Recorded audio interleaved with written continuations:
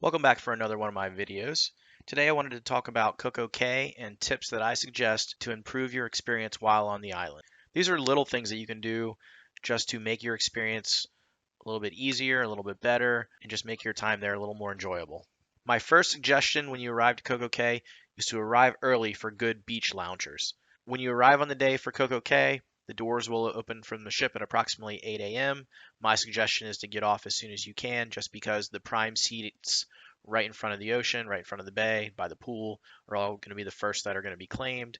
And there'll be plenty of seats around the island, but if you want to get in the front row, closest to the water, closest to the best views, my suggestion is to get off as early as you can. My last visit, I got off at 8:30. I was able to go to South Beach, and I was able to grab one of the last couple beach loungers that were in the first row.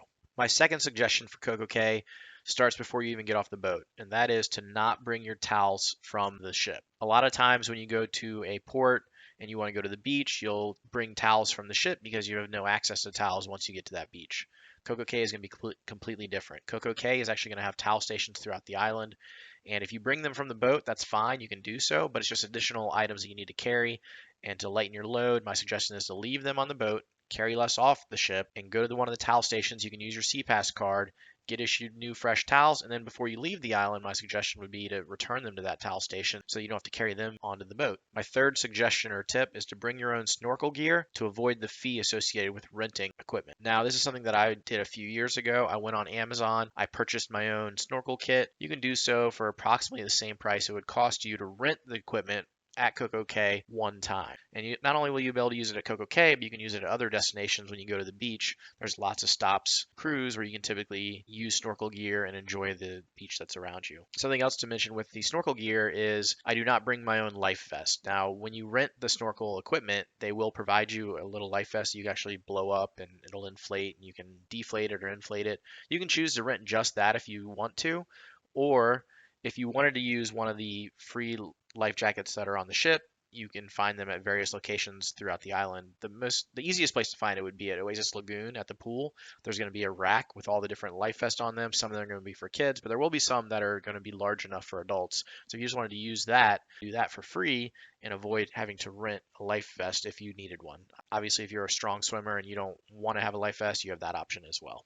Number four, tip or suggestion is going to be something that may or may not something that you would want to do, but we've done it in the past and we found that it's actually very beneficial. And that's going to be to bring handheld walkie-talkies for communicating on the island. Now, originally, when I purchased my walkie-talkies, I had done so with the intent of being able to communicate on the ship. This is if you didn't have the internet package for multiple people to be able to message.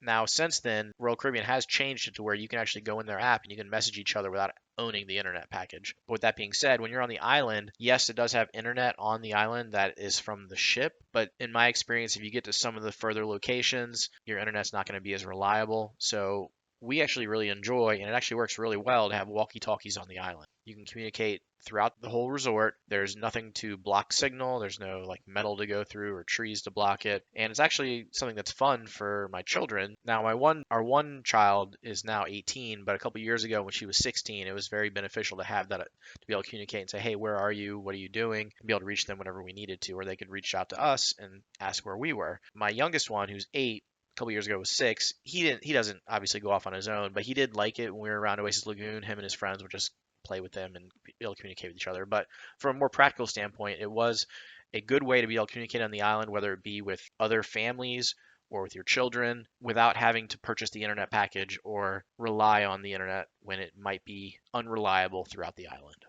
Number five, tip or suggestion is going to be taking photos on the bridge. When you get off of the ship and you walk down the pier, when you immediately get off there, you'll walk past the dancers and the band playing. You'll immediately make a left. And when you make that left, you'll go over a bridge. And when you go over that bridge at the halfway point, right behind you is going to be the backdrop of your ship. This is going to be the best view that you'll get of your ship of the entire cruise. Lots of people will stop there and get pictures. That is my suggestion to you as well. Stop there, take pictures of the ship, take pictures of you and your family on the bridge with the ship in the background. You will not find a better location to get quality pictures with your ship throughout the duration of your cruise. Number 6 is going to be to bring your tumbler that I suggested you bring on the boat from a previous video. My suggestion before was just to bring a tumbler with you on the cruise because it keeps your drinks colder than the soda package cup that they provide if you purchase that. The same can be said for going on the island. I suggest you take your tumbler that you brought on your ship, take it with you on Cococay because there are drink stations throughout the island that you can get water, you can get various juices, and it will keep your drink much colder, much longer than it will if you use the provided cups that they have there with the drink stations. My number 7 suggestion or tip is going to be to bring a battery bank for your phone to charge. I'm not suggesting that you go on Cococay and play with your phone all day. I'm actually saying not to do that. I'm saying to enjoy the beach, enjoy the pool, enjoy the activities that the island has to offer. But with that being said, what I like to do is I like to listen to music when I'm lounging at the beach or lounging at the pool.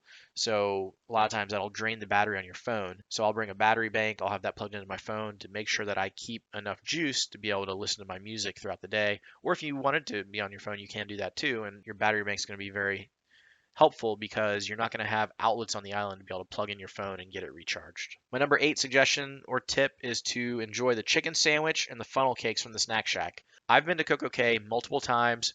I've always been an advocate for going to the Snack Shack and getting the funnel cakes. Not many people are even aware that funnel cakes are offered at this location. I've been stopped multiple times when I'm walking throughout the island with it in my hand. They'll be like, "Hey, where'd you get that funnel cake?" And I'll let them know where I got it from.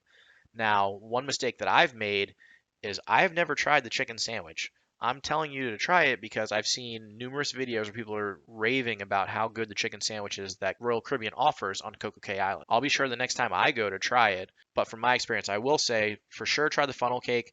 And the suggestion from everybody I've heard is to try the chicken sandwich. They say it's the only place you can get it, and it is something you simply should not go without trying.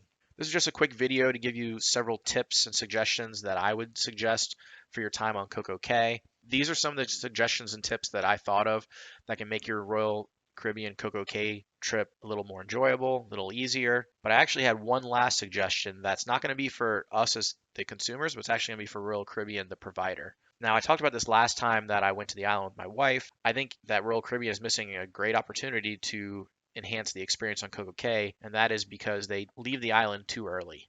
They have everybody on board by 4:30 and they're out by 5. I personally think that's because they want to get out away from the island so they can open the casino as early as possible to try and make as much money as they can. I really wish that they would take the opportunity, since it is their own island, to extend the stay at Cococay, not overnight, but extend it into the evening. I think that there would be a lot of enjoyment to the consumers if we had evening activities there and maybe left around 10 o'clock in the evening to go on to our destination. It's not very far from Florida or wherever you're going next typically. They could have a beach luau, they could have like a barbecue, they could have entertainment. There's lots of activities they could do on the island in the evening that would make this an even better destination than it already is. I mentioned that to my wife and I didn't even know this at the time, but I watched another video on MSC's private island and they actually do that. They have their own private island in the area and they actually will extend it in the evening and they'll have entertainment, they'll have barbecue, they'll do all kinds of things into the evening, which I think makes the experience even better. So Royal Caribbean, if you're watching, I would really encourage you to extend your stay at Cococay into the evening and actually offer us some options on the island that we can partake in the evening. That's just my suggestion. Take it or leave it, but I think it would enhance the customer's experience. So this was just a few tips of things that you can do on Cococay to enhance your trip, to make it better, to make it easier, plus one suggestion I gave to Royal Caribbean for what I would hope they would do in the future. I'll end this by saying that Cococay is probably one of, if not our favorite stops when we go on a Royal Caribbean cruise. Our next cruise is actually going to be a 9-nighter on Liberty of the Seas, and we're actually not stopping at Cococay, and we're a little disappointed in that. So it is definitely a destination that you should seek out when you're looking at cruises. Now, don't choose a cruise just because of that, but if you're debating between a couple of different options and they're about even, I would use Cococay as the deciding factor just because it is that good of a private island and you'll have so much to do and so much enjoyment throughout the day. Thanks for watching my video. Hit that like, subscribe, and notification button, and I look forward to putting out more videos in the near future. Bye.